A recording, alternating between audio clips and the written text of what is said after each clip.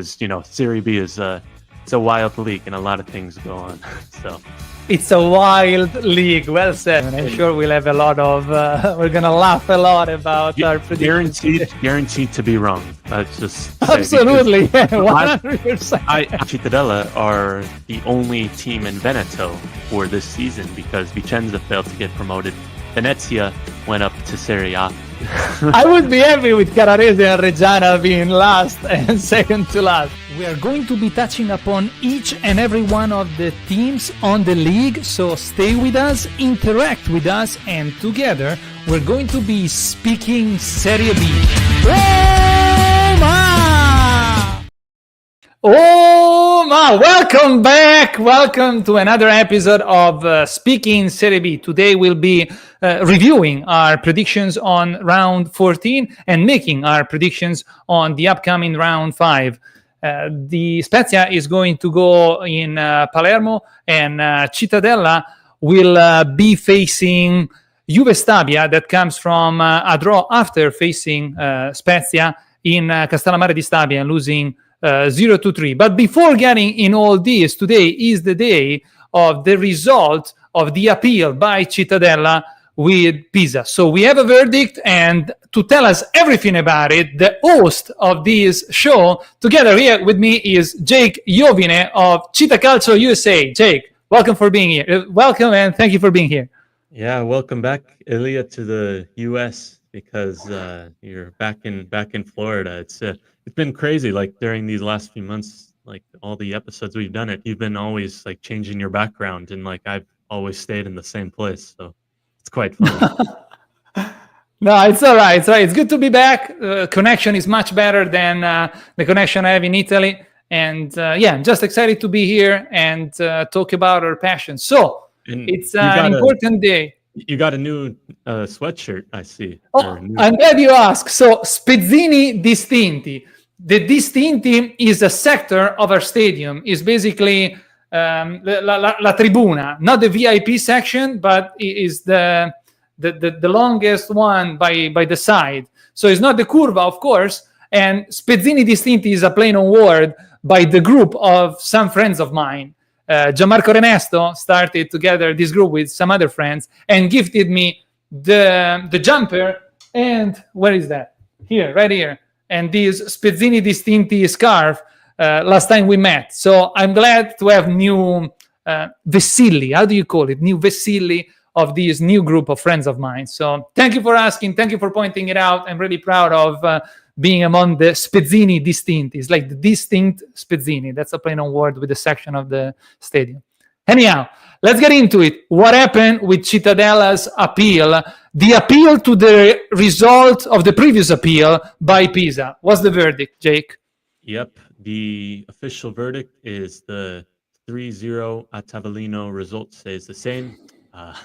Pisa retains their forfeited free 2 points, and Cittadella, after a hard-fought draw back in August, it's really looking like a good result because Pisa has been, as we know, been playing very well this season. But that's wiped off the table. 3-0 at Tavolino. To recap for everyone, if you don't remember, back in August, Cittadella and Pisa played each other third match day, and Cittadella fielded Jacopo De Sugus in the second half, and he was not on the official match sheet. Now, Cittadella corrected this issue, this error in the first half, and De Sugus came in the second half. But that's what Pisa were appealing. Like, that was against the rules. They weren't allowed to do it. As soon as the whistle blew, nothing was able to change, and it was an error by the club, by the team manager. So De Sugus came in the 71st minute, I believe. That was the exact time, but he played, didn't score, didn't assist. When he entered, it was 1-1. When he exited, it was 1-1. So really didn't have much effect on the game. But the initial ruling by the sporting judge in 𝐏𝐵 didn't change the results, so they just kept it as 1-1. Then Pisa went to the... God, it's been so long. Like, I've been losing track of like the courts. Appealed anyway to the original verdict again. Yeah. So like in late September, they overturned that. So it went from a 1-1 to keeping it to to 3-0 results. So that was overturned. And then Cittadella obviously going to appeal again to the CONI, and that verdict was brought today, and nothing changed. They stood with Pisa's appeal. So for right now, it is 3-0 for Pisa. That's what the CONI says. Now, I don't know if they're gonna take it a step further. Like I'm quite burned is there a out by this. possibility, or this is it? I thought this was it. There was nothing more This is than it. could be done. Who knows? We're in Italy, remember? So Right. yes. So yeah.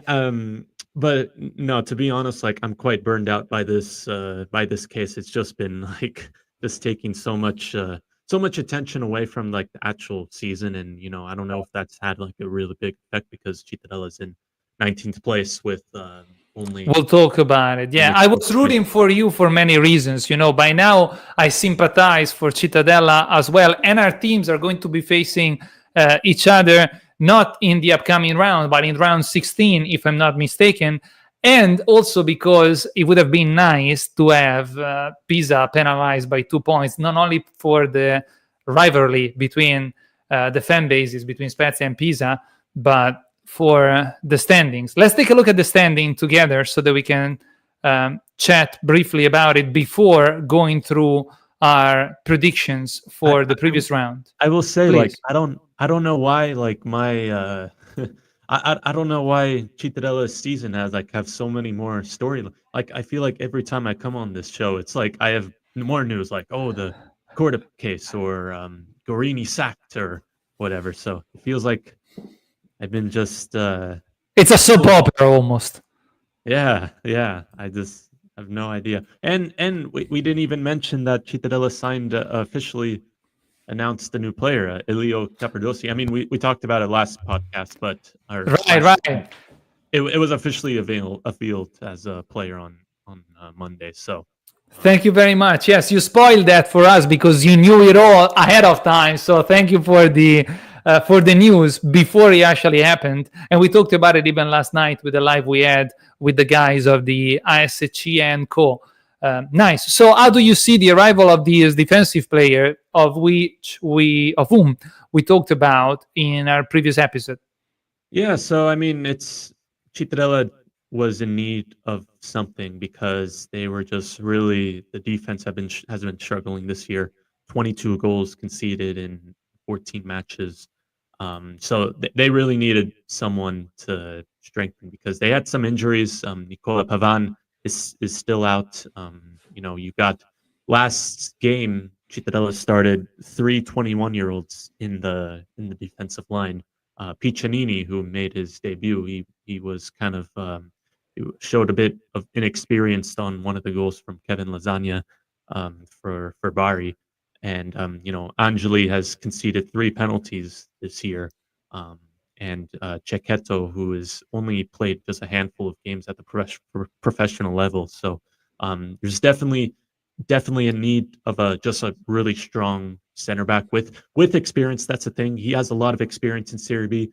Indeed. Was like you said, big part of Spezia's promotion for the first time in Serie A.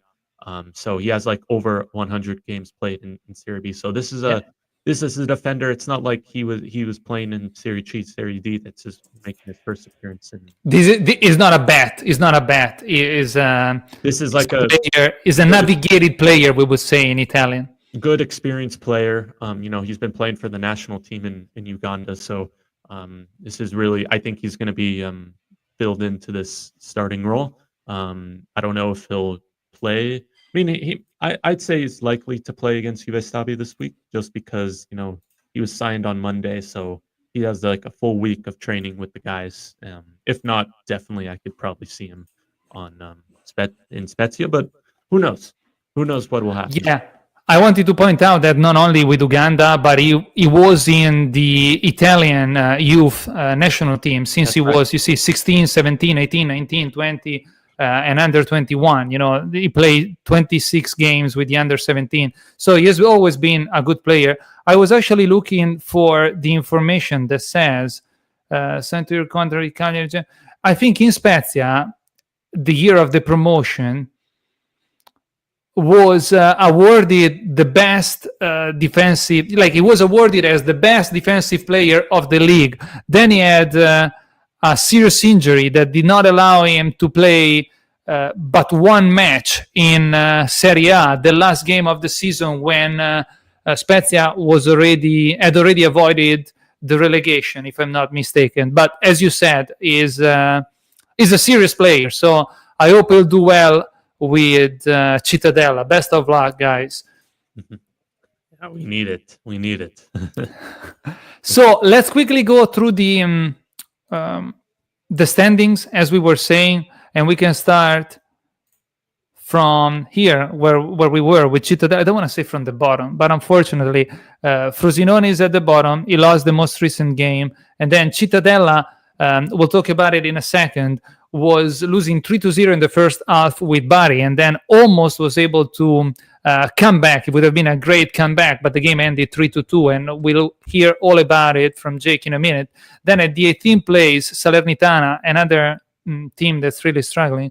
Südtirol with 13 points, together with Salernitana, they're in 17th and 18th place. Then Reggiana, Modena, and Cosenza with 15 points. They are respectively at the 16th, 15th, and 14th place.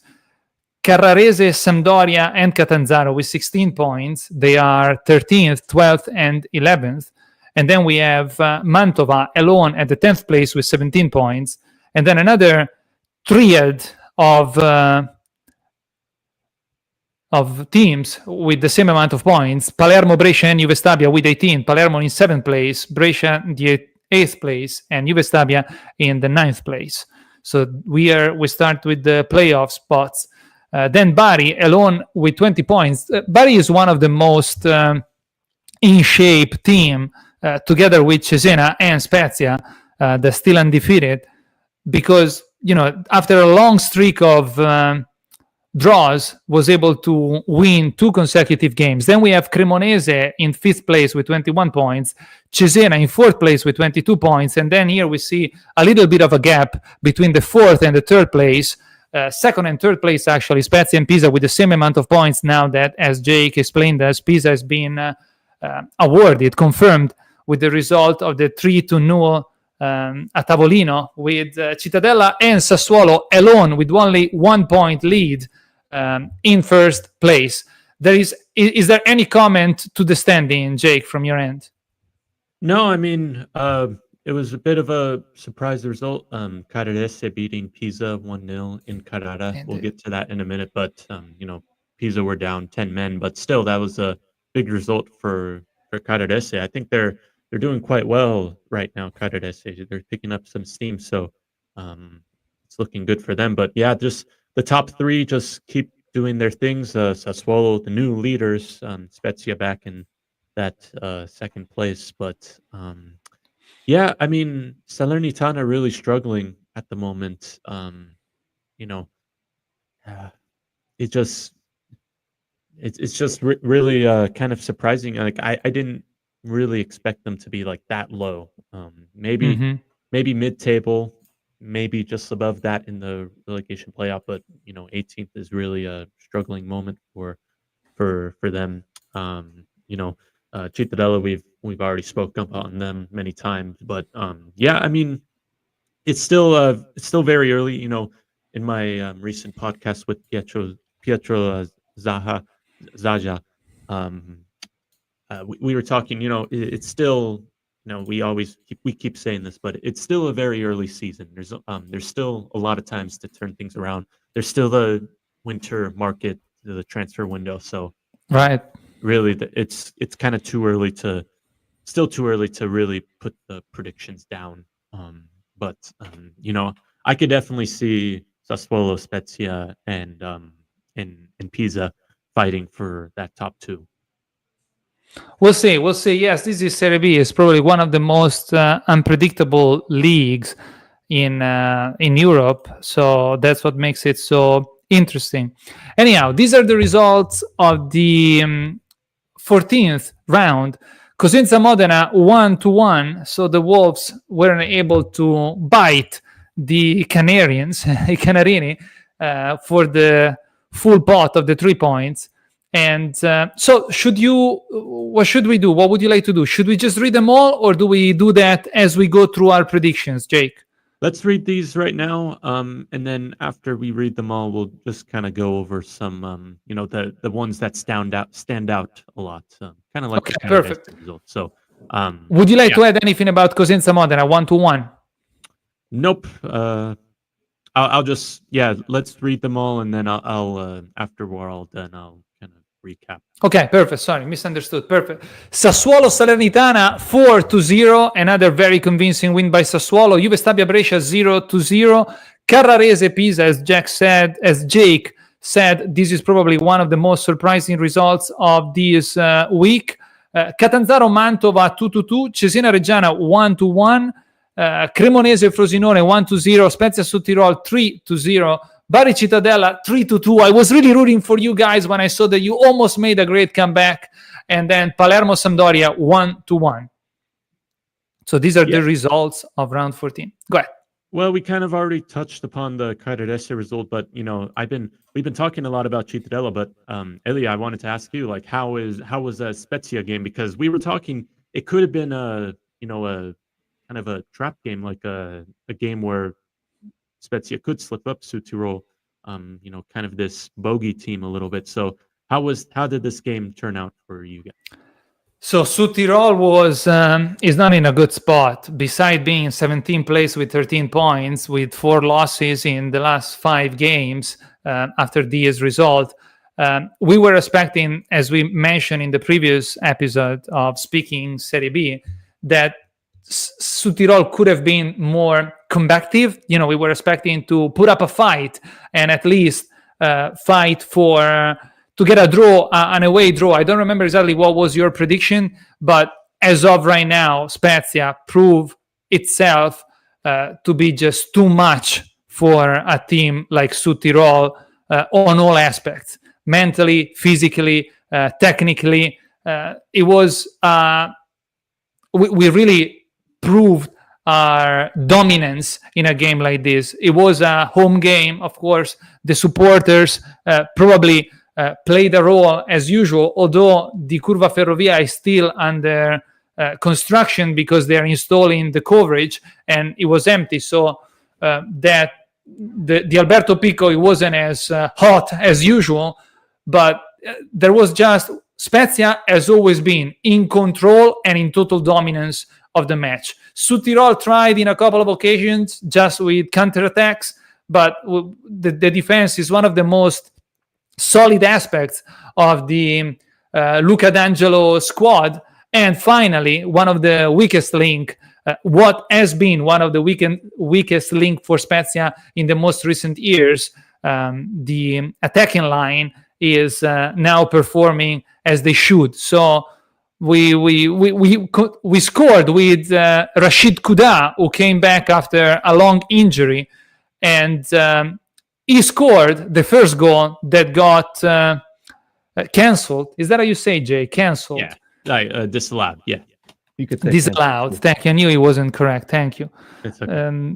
Because a hand touch by Francesco Pio Esposito, who's not only scoring almost in every game, but he's also assisting a lot of his teammates. So he gave the assist to Kuda, that then had to leave the game because he got injured. Hopefully it's not going to be anything major for the guy, also because he's in the Italian national team lately. And then he also gave the assist for the 3-0 to Vignali. So Francesco P. Esposito, just like his older brother Salvatore Esposito, are the pillars of Luca D'Angelo's Spezia. So we're in a very good condition, and we continue to be undefeated. We haven't lost a game since April or March of 2024. 14 games out of 14 this season undefeated. And we'll see what's going to happen next Sunday in Palermo, because we're facing another kind of Eagles. They are Eagles as well. And it will be a very important and difficult test. So we'll see. We'll talk more about it later. Yeah, I mean, still undefeated, only 8 goals conceded, which is really impressive. And, You guys are on quite a streak, 3 games straight without conceding a goal. If you go beyond that, without that Brescia game, you would have like had a crazy streak. So I wanted to say, allow me to interrupt you. There would be 8 games without conceding a game if we hadn't, if Brescia didn't score against us out of a penalty kick. It wasn't a penalty kick; it was out of the box, but it was palla inattiva. And I was there. Finally, I can say I was present. I saw it live from the stadium. But yes, exactly. I think from last season, the first approach that, the first change that Mr. Luca D'Angelo brought in the locker room was the mentality.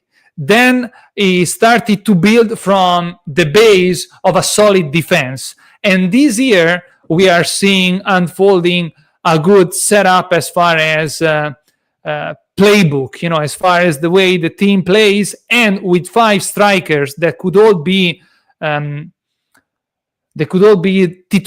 they could all be first choices in most of the Serie B teams. Well, we can't but perform the way we are now that there is harmony, not only in the locker room, but also with the piazza again, which is something that was missing for quite a bit. So it's a good moment. Let's hope it lasts as much as possible, as long as possible. Yeah. Well, you talked a little about Spezia, but I kind of want to touch upon the Bari Cittadella game just a little bit before we get into our, what we said, our predictions. Yeah, it must have been quite an exciting game because, Spezia won 3-0, the previous game 3-0, so 6 goals in 2 games, but 5 goals with Bari Cittadella, almost a comeback. So, yeah, I want to hear all about it. Please go ahead.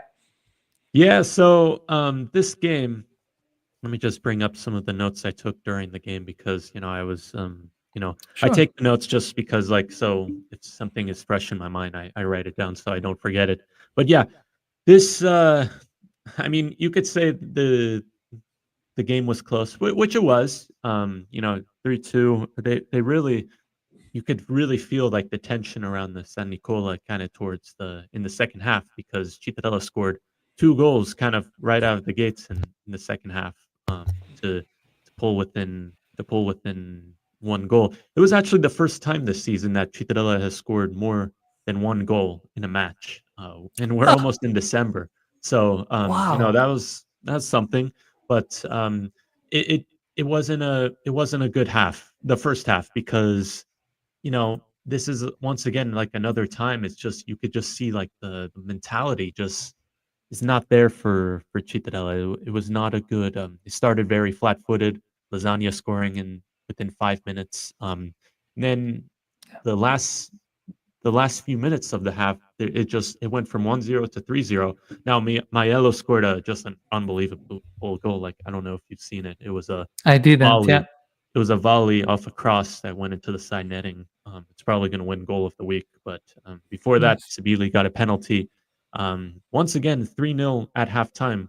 That's another. It happened in the Carrara game not too long ago, and if you think back to the Sassuolo game, just soon as the goals, if 1 goal comes in, it seems like it's constantly just bang bang bang bang.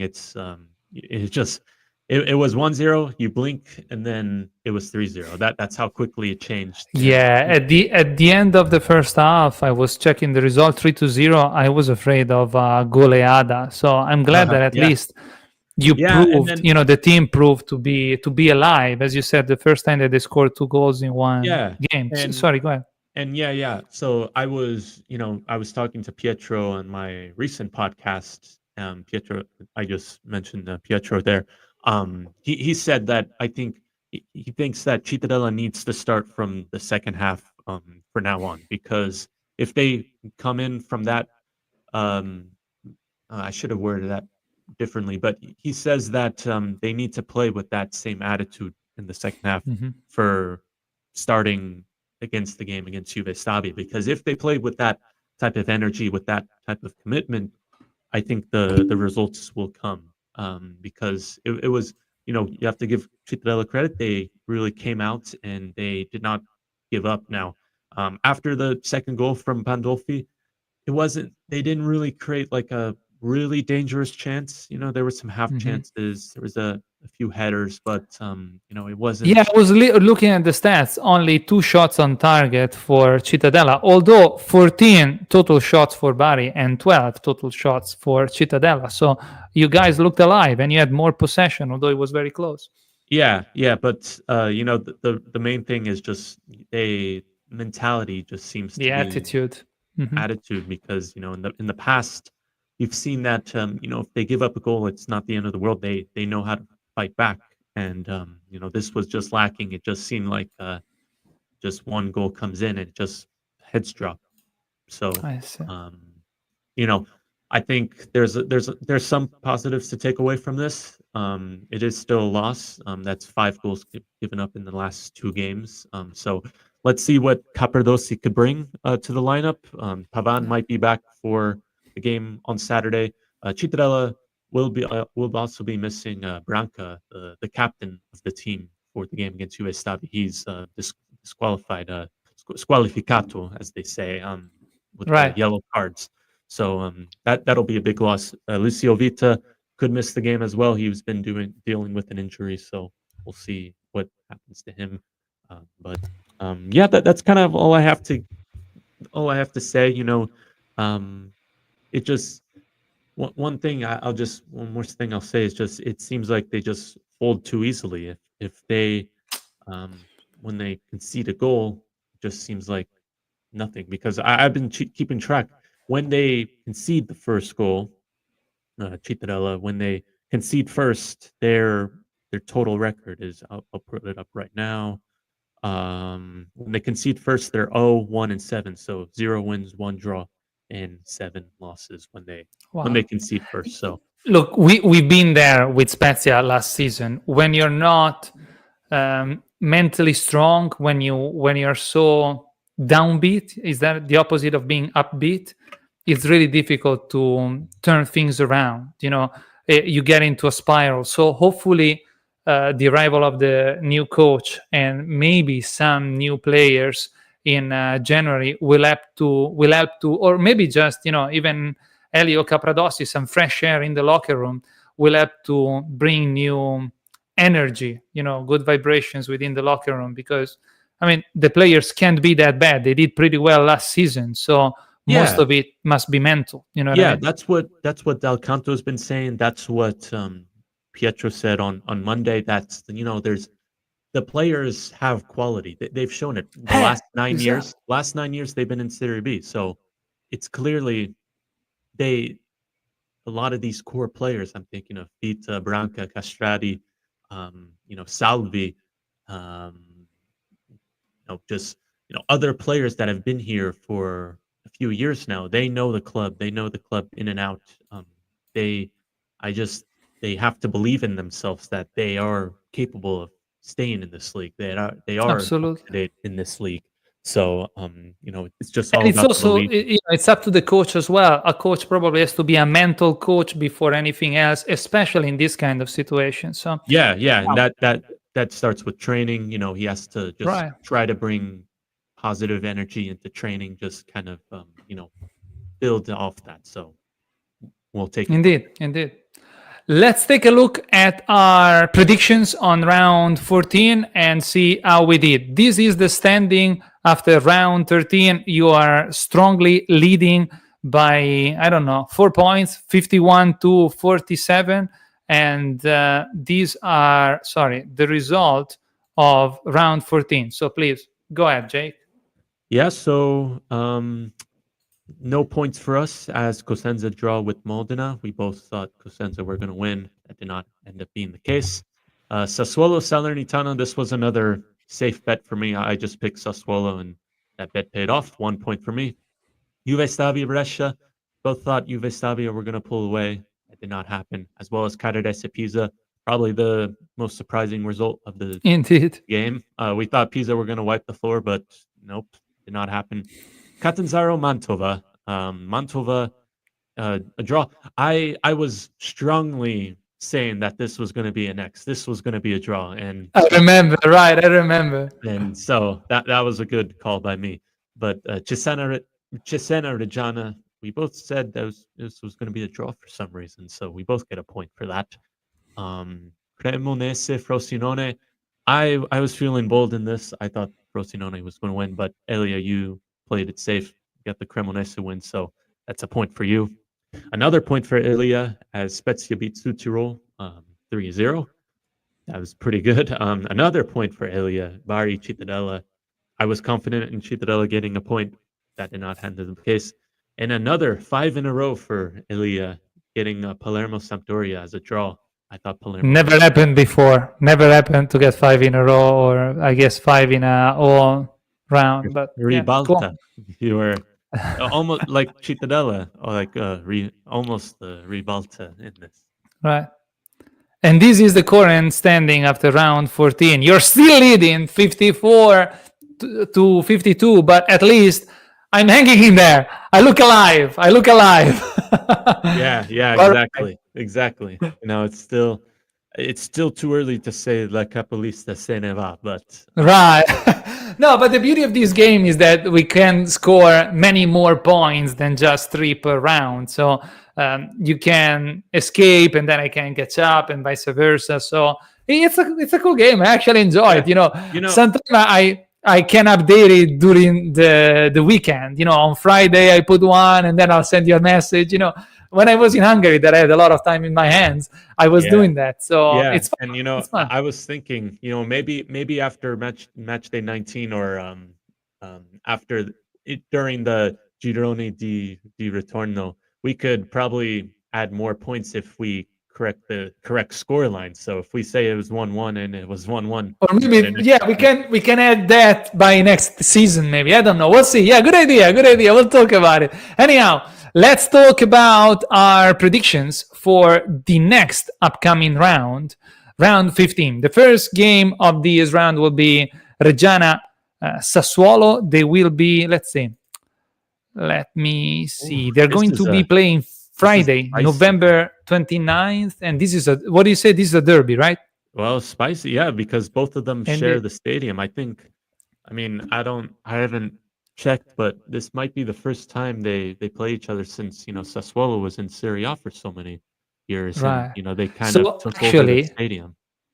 It is Sassuolo's Mapei's stadium, because it has been renovated by Mapei. It was one of the major sponsors by Sassuolo, but it is also Mapei Stadium, Stadio del Tricolore, and Reggio Emilia is the city of the Tricolore. So Reggiana's fans are really fed up with the fact that they have Sassuolo owning their own stadium, basically, because in Sassuolo there is a stadium that is in the heart of the town, in the heart of the city, and is much smaller. So that's why Sassuolo does not play in Sassuolo and has to play in Reggio Emilia. But Reggiana's fans are really fed up with it. Roberto Tegoni, journalist for Tutto Reggiana, who has been protagonist many times by now of our other program, Spazio al Prossimo, explained as this thoroughly in the pre-match, in the chat pre-match with Spezia Reggiana. And he was participating through the chat also to the chat pre-Sassuolo Spezia. And, it's spicy, as you said. The situation is heated. It's not an easy situation. So I'm sorry for the Reggiana's fans, but this is what they have to put up with. Anyhow, what is your prediction for this upcoming game, Reggiana Sassuolo?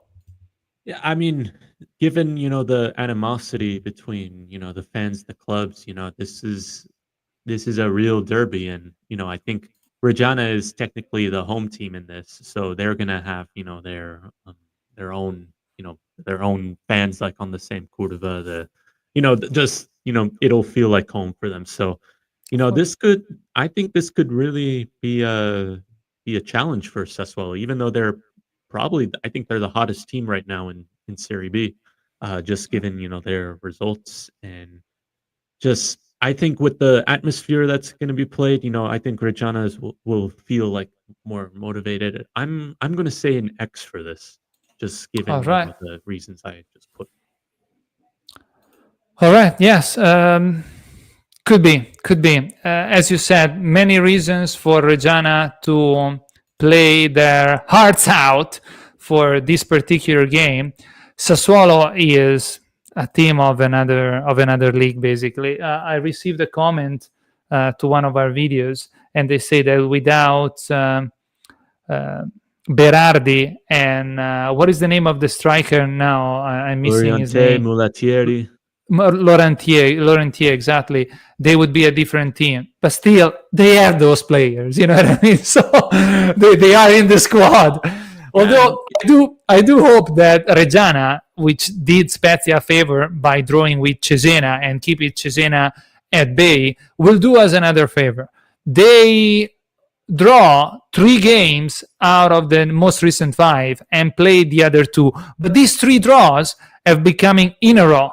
So the team might be in good physical condition, especially pumped to play. They have one more reason this weekend to perform well other than to score points. So I'm going to support Reggiana this weekend, and I do hope for a 1. We'll see what happens. This is a bold prediction, and also to disagree with you and make our game a little bit more fun.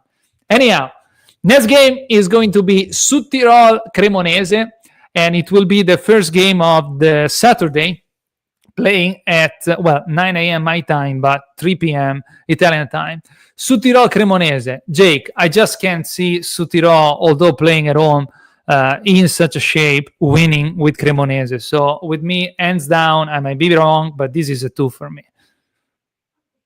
Yeah, I mean, I can't really see Südtirol winning. They've just been really struggling at the moment. 9 losses, that's the most out of any team right now in Serie B. Their last win came all the way in the first week of October. So it's been a while, and they haven't won a home game since August. So it's been a long time. Cremonese still, I don't quite trust them yet because obviously we talked about how good their squad is, but they're still kind of unpredictable with the results. I agree. It's true. I could definitely see a draw, but I'm gonna put. I went too fast there. Sorry. Yeah, I'm gonna put a 2.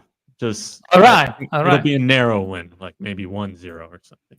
Okay. As soon as you mention X, I clicked on it. I apologize. Yeah, as you said, Cremonese is not too convincing, but Südtirol is not in any condition. I predicted Südtirol to be relegated this season, so we'll see. They are currently struggling a lot. I didn't see them in any condition. It's a difficult patch. Speaking of difficult situations, the next game to predict is yours. Cittadella, Juve Stabia. Yeah, I think for whatever reason, I have a good feeling about this. I don't know why, because it's been far too long without a home win, and there's something just poetic about this because Juve Stabia was the team at home that Cittadella played. The last game in front of home fans before the COVID pandemic. That was a 3-0 victory in February 2020. And after that, the world changed. It was they went into lockdown. They were playing games behind closed doors. So I know Cittadella has been struggling. I know this has been just a really rough patch. Juve Stabia hasn't, I don't believe, has scored a goal, or let me see. They haven't scored a goal in 3 games. I'm kind of in a rough patch because they haven't won, any games since the 4th of October. So it's been a while for them. I am going to go for a Cittadella victory, which would be the first time they have won a game since January at home. So put that one. All right. Before continuing with our predictions, can I just say that it is a pleasure to do these conversations weekly with you because you are so well prepared with all the stats, the dates of the last win, who scored. It's awesome. I really enjoy interacting with you, and thank you for your availability to do this program with me. You're awesome. Seriously. It's my passion. I love it. Indeed. I can tell you're really good. I'm really enjoying it. Thank you, Jake. Okay, so I agree with your reasoning. But Juve Stabia has been drawing it a lot. Beside the loss in Castellammare di Stabia with Spezia, which is unplayable recently, they draw 4 games out of the most recent 5. So I can see Cittadella starting from the second half of the game with Bari, and I wish you guys well, but I just don't think that Juve Stabia will be losing this game. So for me, it's an X. That's probably the most reasonable. I could definitely see that. I just, for some reason, just the reasons I give, and also, in here in the U.S., it's Thanksgiving, so Thanksgiving weekend, so there's a lot of good vibes in me right now. So good. I'm glad. Look, should I lose this prediction because Cittadella wins, I would be happy. So I hope you guys win. Thank you. All right, next game is Brescia-Bari. Brescia is one of those teams, allow me to say, sort of like Cremonese. It's not really convincing. They win some, they lose some, they draw some. Out of the 5 most recent games, they won 1, drew 2, and lost 2. So it's really difficult to predict how Brescia is going to perform for me. Bari, on the other hand, has been very convincing. Drawing a lot of games. I think the only other team that draw more games than Bari is Catanzaro. They seriously have an issue with pareggite, we call it in Italian. They can only draw. But we'll see. Anyhow, talking about Bari comes from 5 consecutive positive results, probably even more than that, because they had like 6 consecutive draws and 2 wins in the last 2 games. So to predict a win of Bari in Brescia is a bit bold, but they're not going to lose in Brescia. And since I sympathize for the Galletti, and now they are really getting in a good, 6th place, 1 point away from Cremonese, Bari's going to win this one. I'm going to say 2 on this one. Oh. Bold. Wow. Yeah, so it's definitely, both teams are really unpredictable. So oh man, it's so hard to predict. I mean, this is Serie B at its best with the predictions. I'm gonna say an X. Playing it safe. I like the X. Give X. All right. So next game is Sampdoria Catanzaro. You're up. Samp Catanzaro. Catanzaro, like you said, another team that's just been drawing so many games. Sampdoria, on the other hand, still really in a rough patch. Just really struggling at the moment. 12th place. I think they have to win this game. It has to be a Samp win. So I'm going to say 1. All right, very briefly, yes, Sampdoria and Catanzaro, they have both, like Carrarese, they have the same amount of points, 16 points. Catanzaro draw 10 games, won 2 and lost 2, while Sampdoria won 4, draw 4, and lost 6. Probably Catanzaro is in a healthier shape with 4 consecutive draws and 1 win, but I agree with you, Sampdoria has to pull out their teeth and win this one. So I agree, 1 for me as well, right here. Then we have Mantova-Modena. Mantova is one of those newly promoted teams, 17 points, 14th place, 2 draws, 2 losses, 1 win, and Modena is struggling. Modena was struggling. Yeah, 1 draw, 1 win. Man, this is difficult. Just because I don't really know, I'm going to say X. Oh, you stole my prediction. I was when I saw this result, I was thinking, ooh, this has, like I said with the Catanzaro game last week, this has a draw written all over it. I'm also going to put an X here. Mantova is really strong at home. They're 14 points out of their 17 have come from home, still undefeated at home. So I think they're really strong. It's just, I don't know. I just see, it's just one of those games where it's just I know this is going to be a draw for sure. I can't explain it. So we agree. Perfect. The next game is going to be Frosinone-Cesena. Frosinone is at the bottom of the table. Cesena is the first of the human team, like, not like Pisa, Spezia, and Sassuolo. They seem to be taking a bit of a lead. Frosinone can't keep on losing, but we've been saying that for a while, so I really don't know what to predict. They lost 4 consecutive games, and then they lost the most recent one. But Cesena is a good team, particularly dangerous in the first half. They are in 4th place, very healthy, not only team-wise, but as ownership as well. They really want to achieve these playoff spots, and now they seem very solid. 3 wins and 2 draws in the most recent 5 games. I don't know. It can be more than an X. Cesena is not going to lose in Frosinone. So I'm going to say X just because 2 would be too bold, which probably would be more likely. But X for me. What do you think, Jake? Oh, man. I was also thinking of an X, but,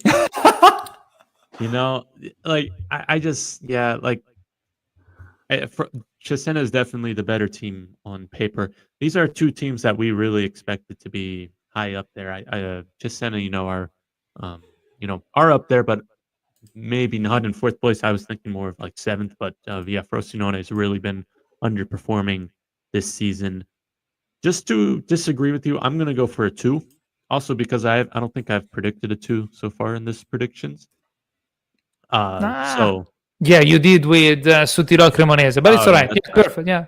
But yeah, I think Cesena will be too much, and Frosinone continues to struggle this season. I can see that. Yeah, Pisa-Cosenza is the next game to predict. Go ahead. Yeah, I'm up. Yeah, it's really, like I said, it's really hard to bet against Pisa. I know they lost, but you have to consider, they were playing down for 10 men for majority of that game and almost walked out there with the draw. Cosenza is very difficult to play, whether it's home or away. They're just a really good team in Serie B. They have been for many years now. They really should be higher up in the standings if it wasn't for that 4-point deduction.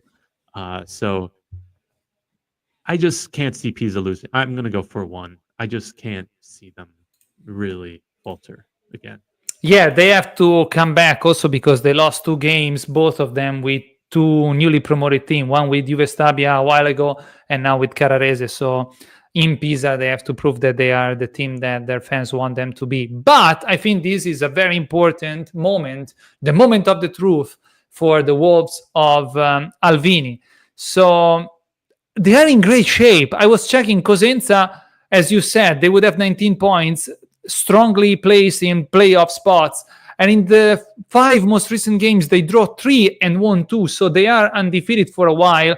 I hope they're going to do us a favor, so I predict an X. Go Alvini. Go Alvini. Yeah, they are in pretty good shape. I think yeah, there you go. Thank you. Yeah. Yeah, Cosenza is in, pretty good form. They haven't lost since early October, so. There you go. I'm coming back again. Look how many X's I predicted. This is the 3rd in a row, 4 altogether. Anyhow, Palermo Spezia, the match of the Eagles, the Rosanero, the pink and black, and the white Eagles, the original ones. We'll see. Guys, we talked about it last night during the live of 𝐏𝐶 calling, the monthly call of the fans, and why Palermo could be the team that stops the fairy tale for the undefeated Spezia. I think Spezia right now, wherever it goes, whoever it faces, it's playing his game. So yet again, Luca D'Angelo will find a way to adapt the team to match Palermo, and I don't see us coming defeated away from Palermo. So at least we're going to draw. So it's an X for me again. Another one. Wow. I don't know, man. It is what it is. Well, it's quite interesting. If you remember last season, kind of around this time too, when Spezia was really struggling, they drew in Palermo 2-2. It was like a bizarre game. They scored in like the 114th minute or something like that. 90 plus 14. It was like one of the latest goals ever scored, I think, in Serie Yeah, there B. were like 12 minutes of extra time in that game. That was ridiculous. Yeah. Then also, I know that the fan base is kind of pissed off right now in Palermo, so there isn't a very good harmony. So it's a difficult game for Palermo. There is a lot of tension. I do agree. Like, I could definitely, this could either go either way. I think Palermo does have capabilities of beating Spezia, but just given their recent form, just really still struggling at home. Only one win at home this season. I think Spezia will find a way to at least get a result. So I'm actually going to agree with you with an X. All right. The next and last game to predict is Salernitana Carrarese, and it's up to you. Yeah, this is a really important scontri diretti in Serie B, because Salernitana struggling. Carrarese, even though they're in 13th, I still think they are going to be one of those teams that are going to be fighting till the end to avoid relegation. They've been in good form, Carrarese. They really have been. Since getting defeated by Spezia in the derby, they've only lost one game, and that was all the way back in September. So, I'm actually feeling pretty good about Carrarese. I'm gonna go for a 2. I know that's all right. Like that would be quite incredible. Seeing them.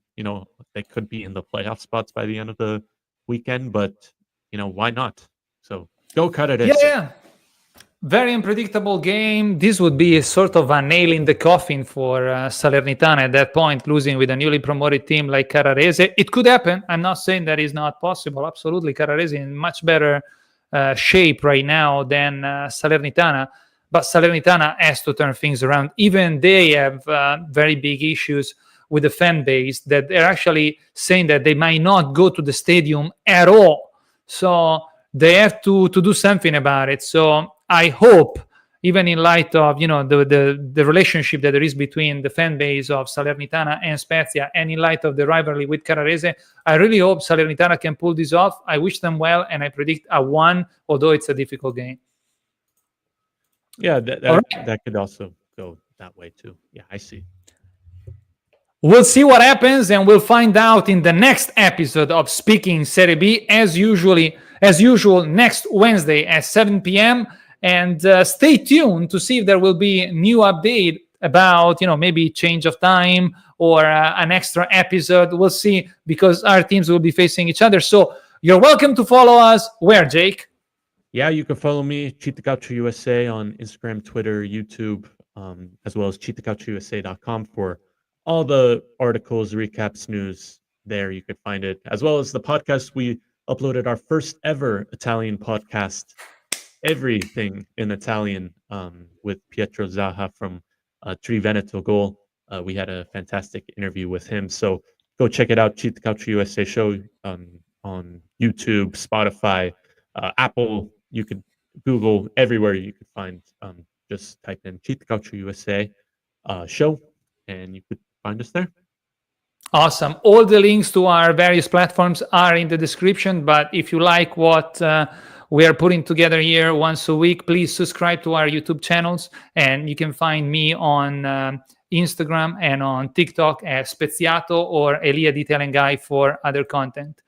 Thank you very much all for following us and to participate to this live, and we'll see you next week, and we will be speaking Serie B.